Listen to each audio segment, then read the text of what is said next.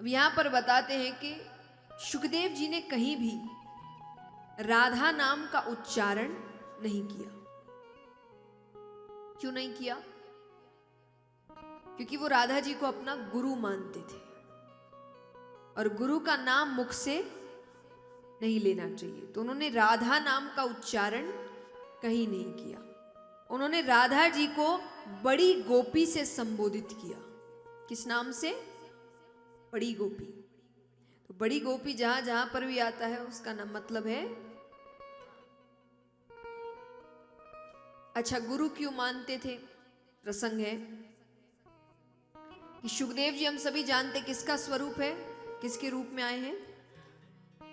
तोते का रूप है,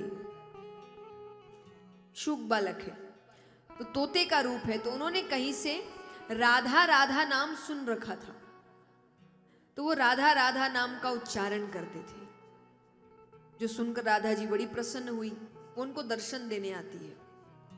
उन्होंने आकर कहा, पुत्र राधा राधा मत कहो, कृष्ण कृष्ण कहो। क्या कहो? अच्छा, यहां कितने हैं जिन्होंने गुरु बनाए हैं? हाथ उठाना।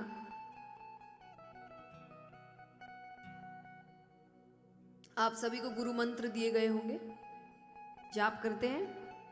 Very good. तो गुरु क्यों बनाए जाते हैं? साफ शब्दों में बताना, घुमा फिरा के नहीं, ऐसे क्योंकि बहुत कारण हो सकते हैं, पर साफ शब्दों में गुरु क्यों बनाते हैं? भगवान से मिलने के लिए। हाँ, तो सही बात तो भगवान ही है। तो भगवान से मिलने के सीधे शब्दों में अगर कहें तो गुरु हम क्यों बनाते हैं? भगवान से मिलने के लिए। और गुरु जी आपको गुरु मंत्र देते हैं जिसका आप रोज जाप करते हैं।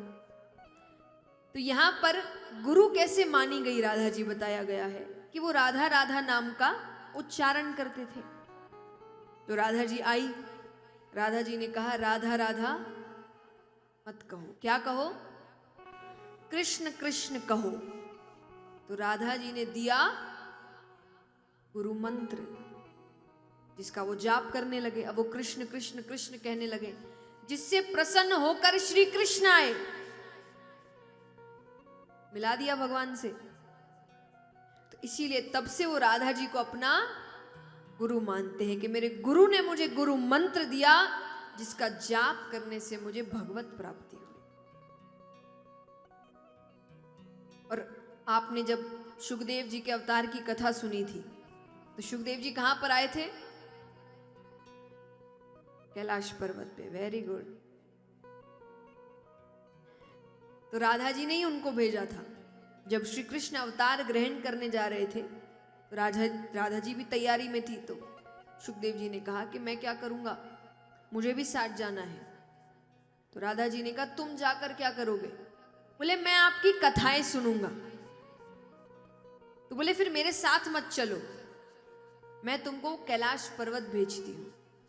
वहां आए दिन महादेव जी और पार्वती जी कोई ना कोई कथा की चर्चा करते रहते हैं। तो उनको तो कथा सुनना था।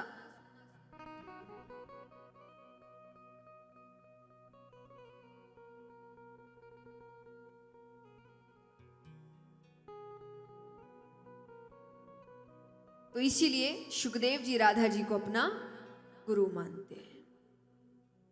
और ऐसे भी राधा जी को मनाना बड़ा अच्छा है, क्योंकि जो राधा जी को मनाता है उनको भगवान मिल ही जाते हैं। सच्ची बात है कि नहीं है? इसीलिए तो हम गाते हैं ना, राधे राधे जपो चले आएंगे बिहारी। कि अगर भगवान से मिलना है तो राधा जी को मना लो।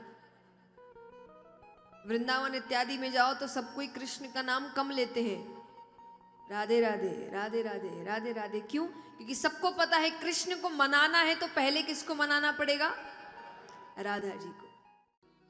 तो यहां पर आज नंद बाबा बड़ा उत्सव मना रहे हैं, लेकिन उत्सव तो हम और आप भी मनाते हैं। अगर आज हमारे घर में कोई खुशखबरी आए तो आप भी उत्सव मनाएंगे। जिसका जितना सामर्थ्य होता है वो उस हिसाब से उत्सव मनाता है। कोई बहुत बड़े रूप में मनाता है, कोई छोटे रूप में मनाता है, पर मनाते हैं।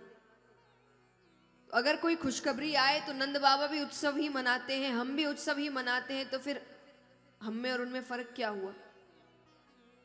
फर्क हुआ कि नंद बाबा ने उत्सव के साथ साथ बहुत दान किया। उन्होंने 2 लाख गाय दान में दी। कितनी? उस वक्त तो दूध दही माखन का काम होता था ना, जिसके पास जितनी ज्यादा गाय वो उतना धनवान।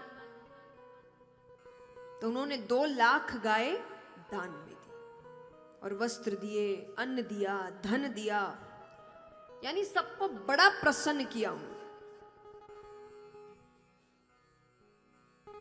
पहले जो धनवान व्यक्ति होते थे वो ऐसे ही अपने घर की खुशी मनाते थे। विद्यालय बनवाते थे, अस्पताल बनवाते थे, प्याऊ लगवाते थे, धर्मशालाएं बनवाते थे कि उनकी खुशी में बाकी भी खुश रहे। तो नंद बाबा ने भी वो ही किया। नंद बाबा ने बहुत उत्सव मनाया, लेकिन सहायता भी बहुत करी। अब यहां पर कंस के पास क्या हो रहा है? वसुदेव जी उस कन्या को लेकर मथुरा वापस पहुंचते हैं। कारागार के अंदर गए, जैसे ही सही तरीके से पहुंच गए कि बेड़ियां अपने आप लग गई, दरवाजे बंद हो गए। जो सैनिक नींद में चले गए थे वो नींद से जागते हैं।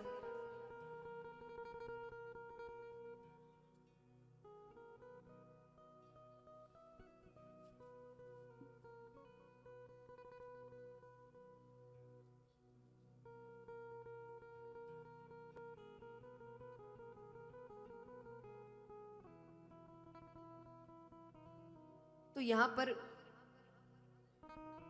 वसुदेव जी पहुंचते हैं, तो सैनिक जागते हैं नींद से, तो कन्या के रोने की आवाज सुनते हैं।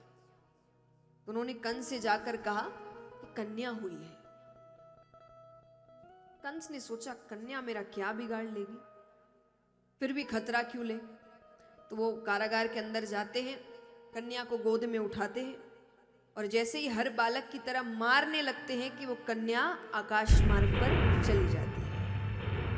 कन्या कहती है, मूर्ख कंस, तेरा काल तो कब का गोकुल पहुंच गया,